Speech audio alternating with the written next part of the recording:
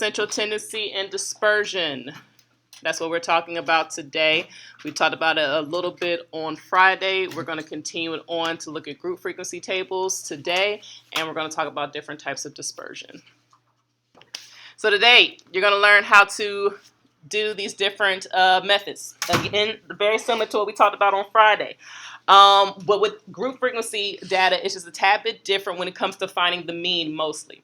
Modal class, they'll ask you to find instead of just finding the mode. Okay, in a normal frequency table, you have individual pieces as your X value, like your number of sweets, or I'm trying to think of something else that, the number of goals scored. Those are singular entities. Okay, those are singular entities. So then, yes, you can provide the mode. But when it comes to a group frequency table, you'll have a modal class, which basically means it's the class that has the largest frequency. Okay, so it won't ask you for the mode, it'll ask you for the modal class. And that is the class with the largest frequency. But when it comes to the mean, when you're looking at a group frequency table, it's an estimate of the mean. Okay, so they never ask you to find the mean of a group frequency table or a frequency distribution. They'll ask you to estimate the mean. Okay, and to do that, what you'll do is you'll take your frequencies and the corresponding midpoint of each class, and then you divide by your total frequency. So because you're looking at a range of different values, when you're looking at like a group frequency table or frequency distribution, you have to take the midpoints of each class and then multiply them, hence the parentheses, by their respective frequencies, and then you'll find the total of them, which means you'll add them all up. From there, once you get that sum between the frequencies and the midpoints of each class, you'll divide by your overall total frequency. Okay? So before, what you were doing when you had a normal frequency table, like 20 sweets, 21, 22, 23, you multiplied your X values, whatever your sweets were, by the respective frequency, and you added them up. But you don't have this number. You have a range. And unless you have the original raw data, you're not going to be able to take each individual piece, add it up, and divide. So you'll use the midpoints. So let's take a look at an example here. We have the time in seconds taken to complete 200 bouts of sumo wrestling that are shown in the table. Okay, so you have these respective time intervals, and you have the frequency it took for these 200 rounds basically to complete. Okay, we don't know if one only took 1 minute or if it took all the way up to 20 minutes, but we know that 37 of them took in between 0 and 20. So in order to figure out the mean, well, hold on, let's answer the first question. What's the modal class? 20 to 40. No, 40 to 60. It'll be 40 to 60 because that's the one with the large. Wait, no, it's 20 to 40. 20 to 40. Yep, because that's the one with the largest frequency. Okay, so your answer to part A is the class. So all you got to do is literally copy down the class that has the largest frequency. Okay, but to find an estimate of the mean, you need to take the frequencies of each class and multiply them by the respective midpoints. Okay, so what you need here is you need the midpoints of each class. You go from 0 to 20. 10. The midpoint of that is 10. What about from 20 to 40? 30. Keep going. 50. 70. 90. 110. 130. 150. Now, if you're unsure about what the midpoint is, you just add the two, the upper and the lower bound, and then divide by 2. Add the upper and lower bound, and then divide by 2. That's how you find your midpoint, okay? It might not be a nice, like, whole number like this. It might be like a 0.5 number. It just depends on how the class is laid out. Question? So it's like, with the modal class, like, it's less than 40, right? Like, it goes less than 40. So, like, would the midpoint be, like, a little less than 30? We use the upper and lower boundaries as they are. Because that means it could go all the way up, very, very up to 40, but it's not going to be exactly 40. the time that actually took 40 minutes or whatever to complete this sumo wrestling match, it didn't go with the second class, it went with the third class. But that doesn't affect your midpoint. It doesn't affect your midpoint. Other questions?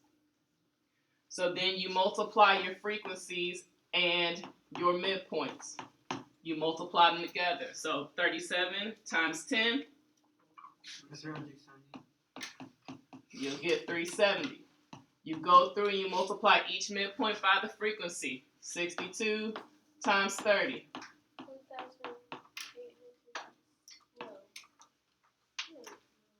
1,860. Oh, okay. What is it? 1,860. 1860. Okay? And we continue to multiply the midpoints by the frequencies. Can you guys go ahead and finish the table? And if you were curious, this is an 11. That is an 11. It's not a 1. So go ahead and find the product between my frequencies and my midpoints. So once we multiply the frequency and the midpoints, we get these respective values. And then the total of all of these is going to be 9,640. Okay? That 9,640 represents the numerator of that fraction. Okay? To estimate your mean. So you multiply the frequencies and the midpoints, you add them up, that is your numerator to estimate the mean. Your denominator is your total frequency. How many bouts of wrestling was it? 200. So then 200 is your denominator, and then you divide 9640 by 200 to get the estimate of your mean, which is 48.2. 48.2, and then it's whatever the units are. Oh, seconds, not minutes. I don't know why I kept saying minutes. And that's how you find the mean when it comes to a group frequency table. So something like this, it's never going to ask us for the exact mean. Correct. It's going to ask you for an estimate or an approximation of the mean. Questions? All right, let's look at this next one, okay? The results of a geography test for 25 students is given in the diagram. This diagram is what type of representation? Histogram. It is a histogram. The bars are touching. You can even see how the ranges of the grades, how they are, right? Okay, what is the modal class? 40 to 50. 40 to 50, okay? So that's 40. It doesn't quite tell us, in a sense, how to write it. We could write it like that, or we could write it as 40 less than or equal to x less than 50. Either one would be acceptable. Again, it asks us to estimate the mean grade, okay? Since this is a range of each values in between 40, 50, 50, 60, 60, 70, we need the respective midpoints and multiply them by their frequency. The frequency is the height of the bars. Okay? So, what's the midpoint of this first class? 15. I'm going to multiply that by 2. 2. What's the midpoint of the next class? 25. I multiply that by 3. the next one. 35. 1. Very good. Keep going. 45. 6. 55. 5. 65. 3. 75. 2. 85. 2. 95. 1. So you're multiplying each of the midpoints by their respective frequencies. You add them up, and then we're going to divide by what? The highest frequency. The total frequency. And how many, what was that? 25 students. 25 students, yes. Okay? Again, you can also get that by basically adding up each one of these values. Okay? But go ahead and estimate my mean grade for these geography tests. What was the mean that you guys got? 51.8. Very good. Questions on finding the mean or the modal class when it comes to groups data? Questions? So round out our central tendency. Are there any questions on how you find mean, median, or mode?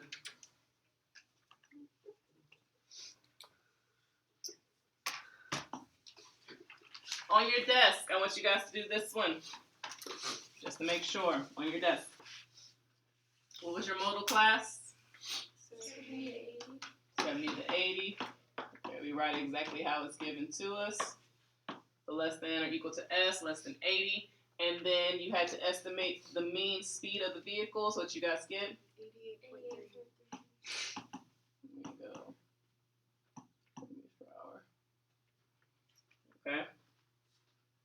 Yes, even though it was 0.333 repeating, if you want to represent that 0.3 repeating, then you write it as a fraction. You do not do that bar over there. That's gone. Okay? That's not how you represent it. It's either three significant figures or exact.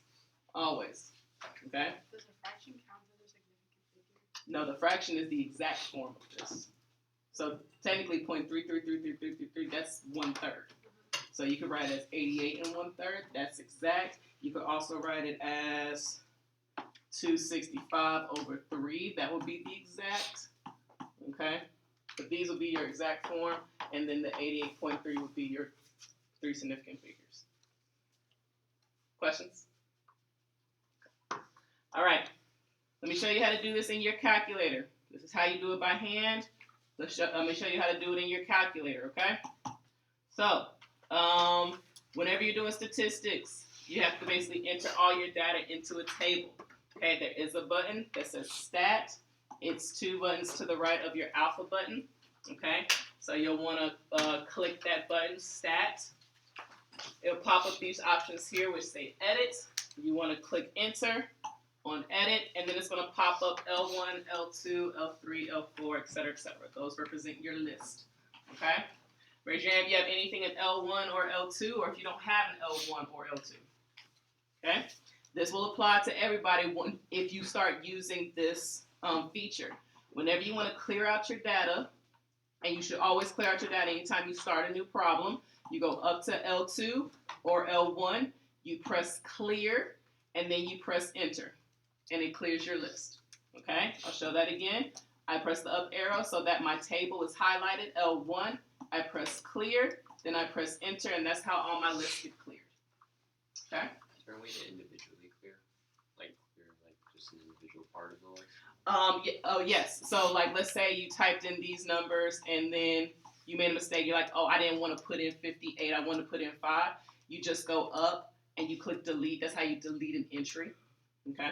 But if you want to clear everything out, there you go. Okay? You never want to delete, because you actually end up deleting the entire column. Okay? But let's say you do. If you press Stat and you go up to, or you go over to option 5, which is Setup, you just click Enter on Setup. Then when you go back, it's back. All right. So, to find your mean, okay, you want to enter in your midpoints into L1 because this is a grouped frequency table, okay? So go ahead and enter your midpoints, okay? After each entry, you click Enter. So what was it, 65, 75? Yes. After each one, you click Enter. After each one, you click Enter. I'm going all the way up to 125. You type in all of your X values into L1. And I say X values, but that could be your speed, that could be your time, that could be your grades, number of suites, whatever it is that we're trying to find the mean of. You go over to L2. L2 is for your frequencies. So I want to type in my frequencies that correspond to those midpoints.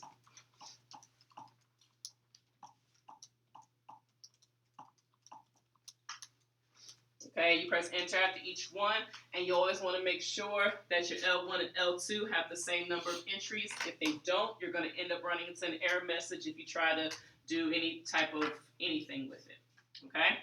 Is everyone's data into their list? Yes. Okay. So what I'm going to do is I'm going to go back to my home screen. So I'm going to press Second Mode. Second Mode quits me out of the program where all the lists are. Then I'm going to go back to Stats. Remember, that's where we typed in our list, right? But instead of going to Edit, I'm going to press the right arrow over to Calc. Calc has a lot of options, and we're going to use a few of these options as we go through this unit.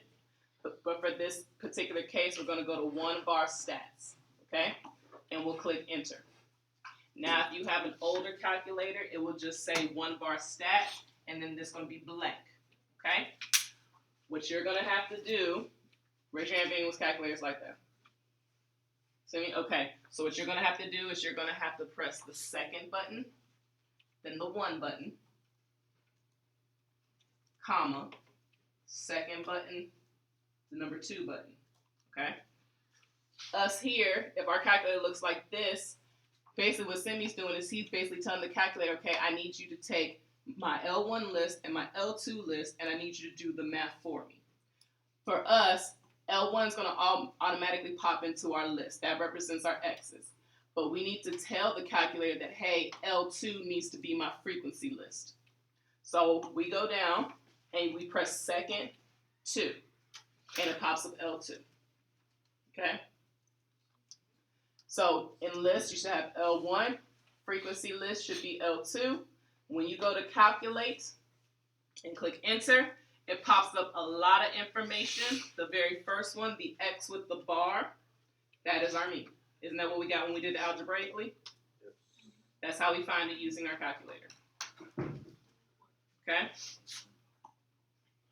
All right, if you actually scroll down a little bit, you see where it says N equals 60.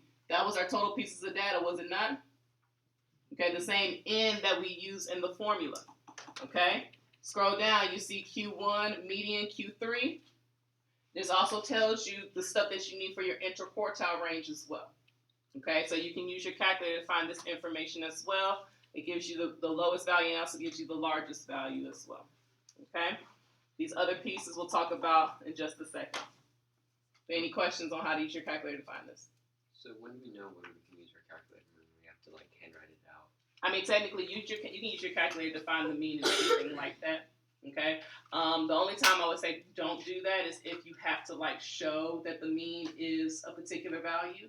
Then that's when you should do it algebraically. So if they don't tell us to show, then then you can use your calculator to get the estimate for the mean. But the only thing it tells you, it gives you mean, the Q1, Q3, the median, your total number of pieces of data. Mode, you still have to do yourself. Okay?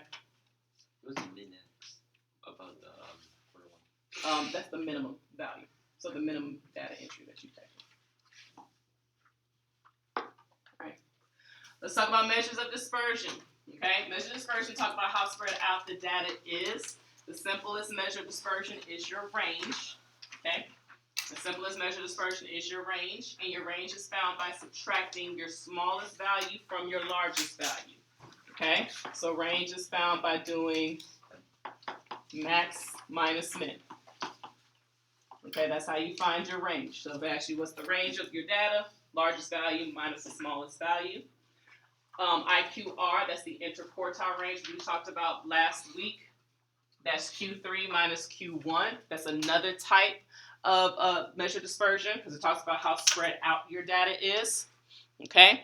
And standard deviation is another way to describe the spread of your data. Okay? It basically gives you an idea how the data values relate to the mean. The smaller the standard deviation, the closer your data is to the mean. The larger your standard deviation, the further spread out your data is. This formula that you see down here in this grayish colored box, that's how you find your standard deviation by hand. Okay, that's how you find your standard deviation by hand. That symbol, this symbol right here, that is the symbol for standard deviation. It's called a sigma, but it's basically a circle with a little tail at the top. Okay? That's how you would write the symbol. Okay? Just like how this symbol means mean, this symbol here means standard deviation. Okay? To find the standard deviation, you take the square root of the, what does that symbol mean? The sum of each x value subtracted from your mean squared. So to do this by hand, you're going to take every x value, subtract it from your mean, and square it, add them up, divide by your total pieces of data, then take the square root. All right? I am going to show you how to do this by hand, and then, of course, by calculator afterwards. For any test, yes, you can do it using your calculator. For maybe your internal assessment, if you decide to do it to be statistics-based, by hand is always better than using your calculator. And also probably for your projects, I'm going to have you guys do it by hand as well. We ready? All right.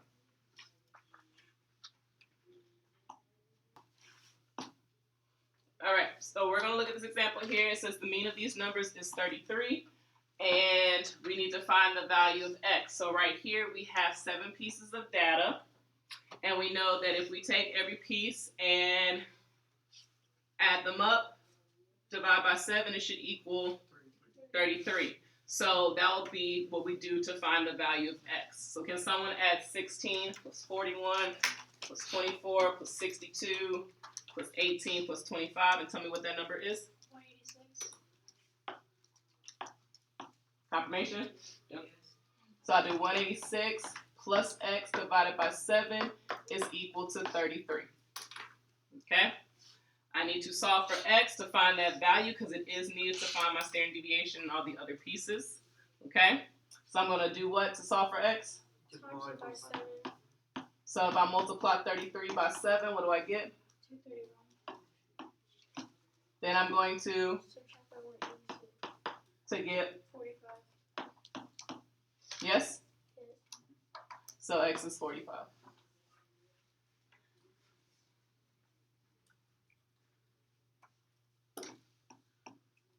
All right.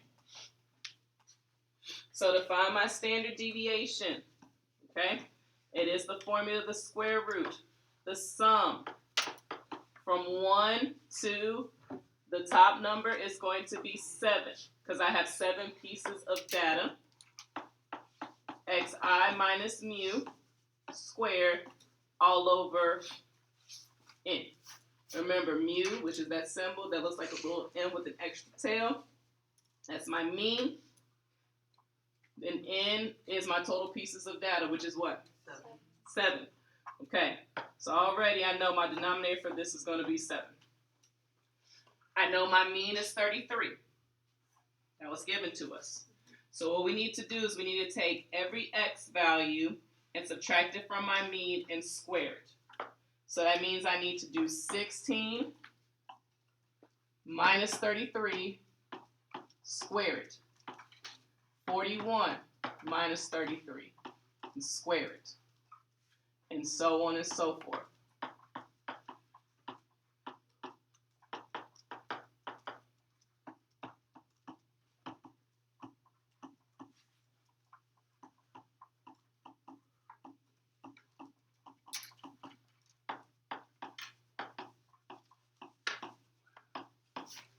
This is how we find our standard deviation by hand. Remember, the standard deviation tells us how spread out our data is.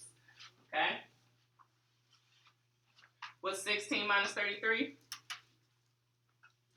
Negative 17. What's negative 17 squared? 289. What's 41 minus 33? 8. 8. Yeah, 8. 8 squared is? 64. What's 24 minus 33? -9. What's negative 9 squared? 81. No matter what, when you square a positive or a negative number, it should be positive. None of these numbers should ever be negative. 45 minus 33? 12 squared. 44. If you notice, these should be like these are part of like your perfect square is less than 20. Okay, you guys should know these by memory. I have to use your calculator. This one you might not know was 62 minus 33. 29. Was 29 squared. 841. That one you might not know. What about 18 minus 33? Negative 15. Negative 15. Was negative 15 squared? 225. You should know that one by memory. Okay. Was 25 minus 33? Negative 8. And you should definitely know what negative 8 squared is. 64. 64. So those represent the xi minus mu squared part. Now the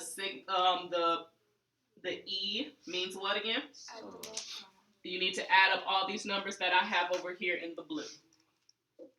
So everyone should be adding these numbers.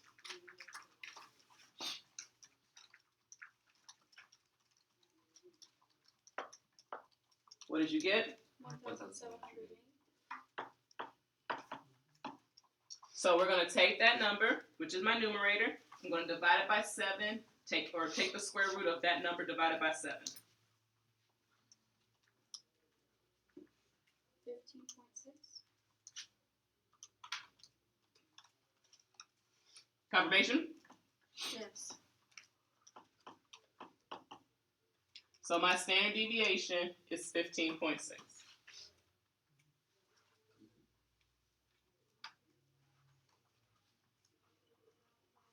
That's how you find the standard deviation by hand. How many marks would that have been?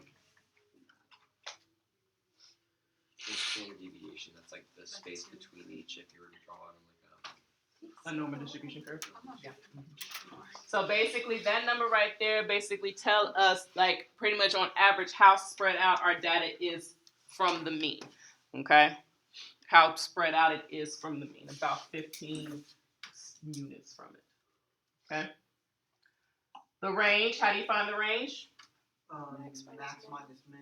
What's the largest value? 62. What's my smallest? 16. So I subtract those, and that gives me my range. What is that? 46. It's easy. Yeah. The D is my interquartile range. Okay? My interquartile range. This is technically, that's not technically, what is the form for interquartile range? Okay? Now we did it using a cumulative frequency curve. We can definitely do it here using this data. Okay? Before I show you how to do it in your calculator, let me show you how to do it by hand. This is also how you would do it if you were just given any other random set of data. What's the formula to find Q3? N plus 1 over 4. No.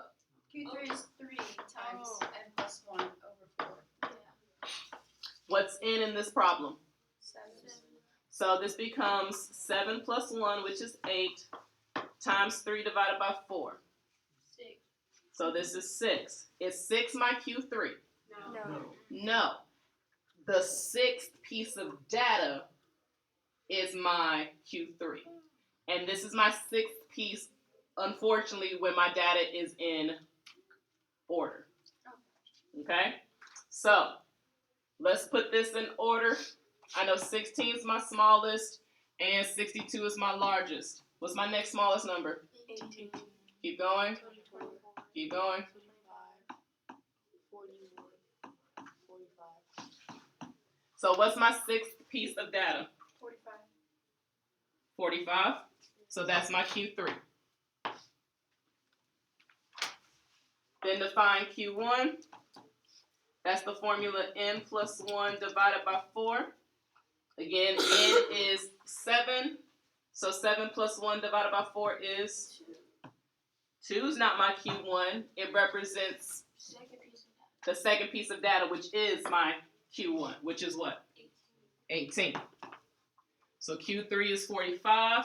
Q1 is 18. We subtract them to get my interquartile range, which is, what is it? 27.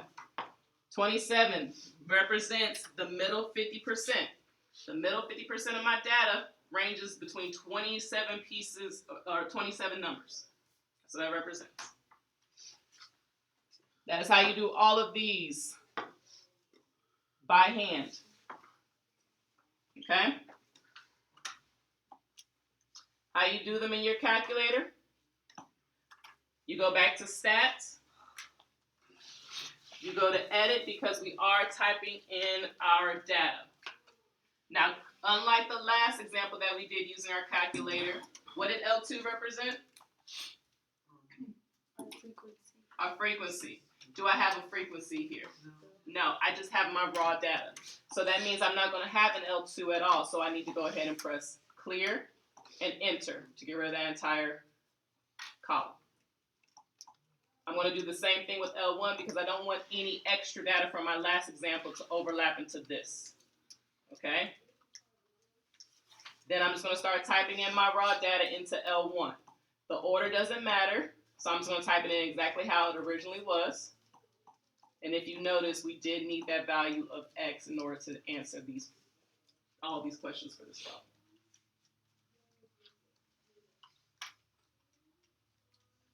I'm going to exit out of this screen. So second mode quits me out of that.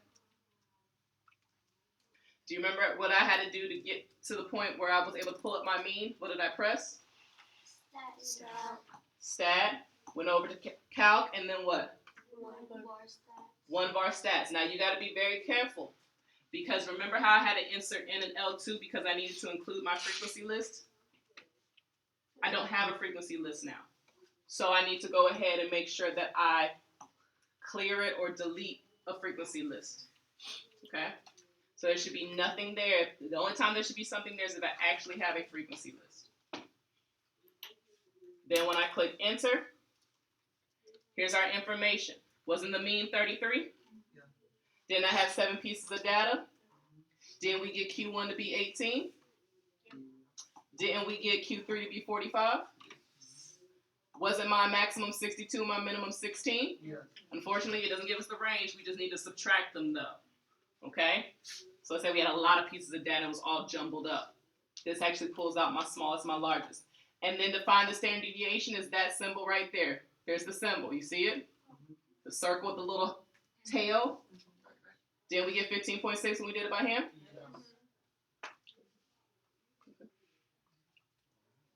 So that is how you find standard deviation, range, et cetera, by hand and using your calculator.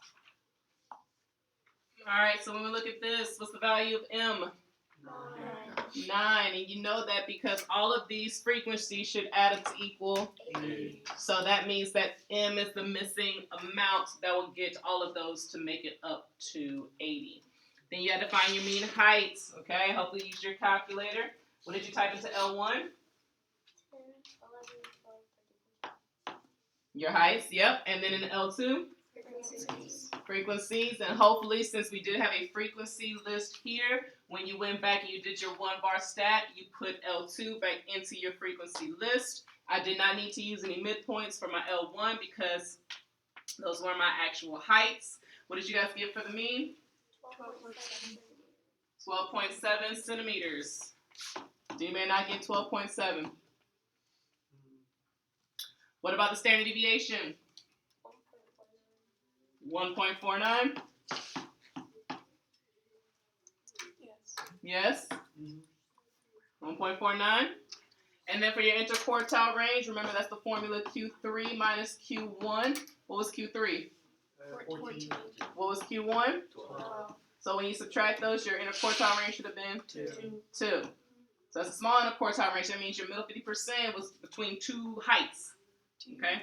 Do you put units on the interquartile range? No. No, you do not. You're supposed to put units on the deviation? Because it's the same as your x, same as your mean, whatever your x's are. Question? What's up? When it said correct to the nearest centimeter, how do we round? I did not see that. So we got to go correct to the nearest centimeter. So, nearest centimeter, which I did not see that part. What would my mean height be? 13. It would be 13. So let's fix that. That should be 13. And this one should be 1. Here we go.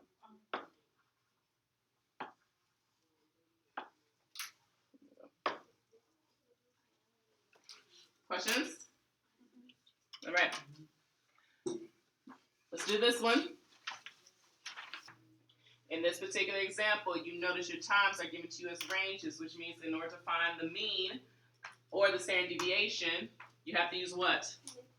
Midpoints. It also kind of gives it away right here when it asks for an approximation of the mean and standard deviation. Approximations only come from midpoints, which means you need the midpoints here for all of your times.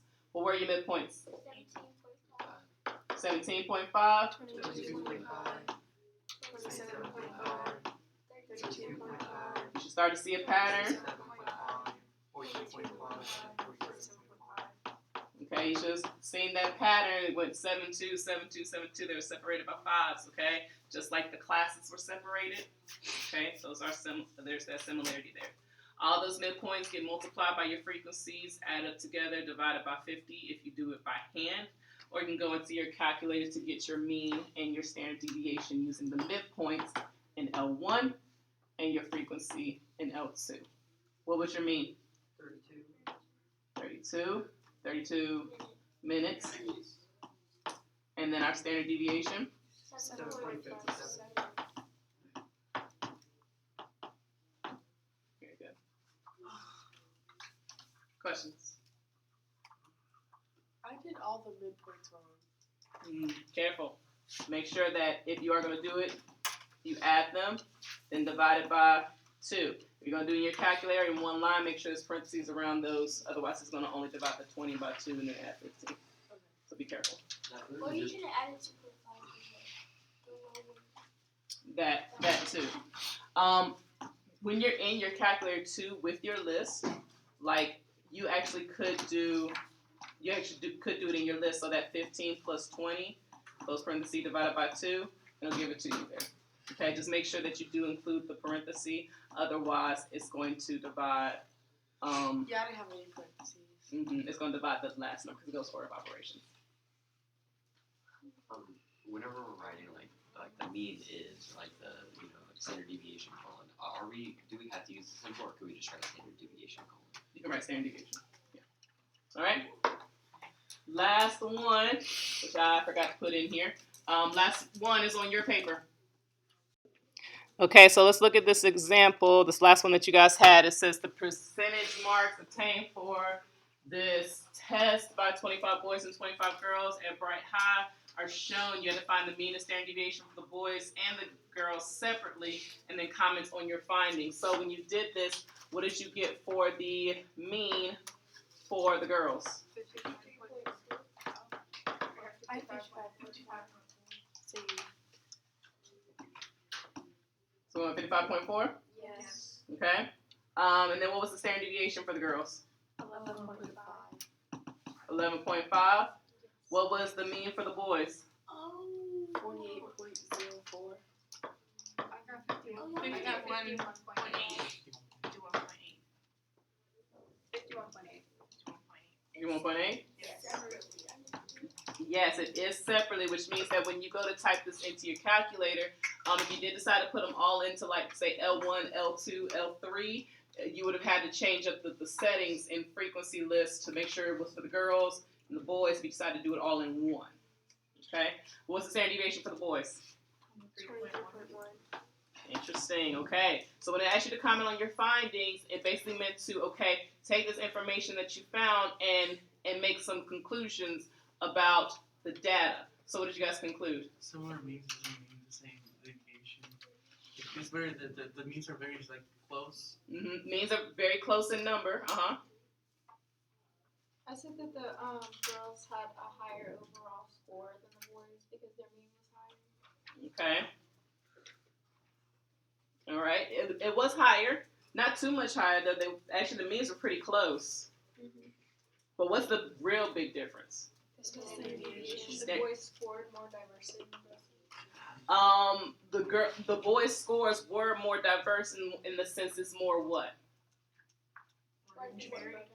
It's more spread out. Remember, standard deviation talks about the spread of your data, how far away your data is from the mean. So the fact that the boys had a larger standard deviation from the girls meant that the boys' data was more spread out than the girls, which was more compact. And as you can see here, none of the girls scored poorly like some of the boys. However, none of the girls scored exceptionally well, unlike some of the boys. All of their data is compacted into like this 30 to 80 range, whereas the boys actually spanned the full 0 to 100.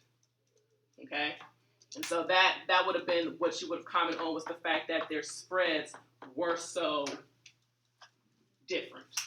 Okay, remember, the smaller the standard deviation, the closer your data is to the mean. And the more spread out, the further it is away from the mean. Okay? Now this is how you do a standard deviation and mean using group frequency tables, measures of dispersion and central tendencies for your different datas and things of that nature. Okay?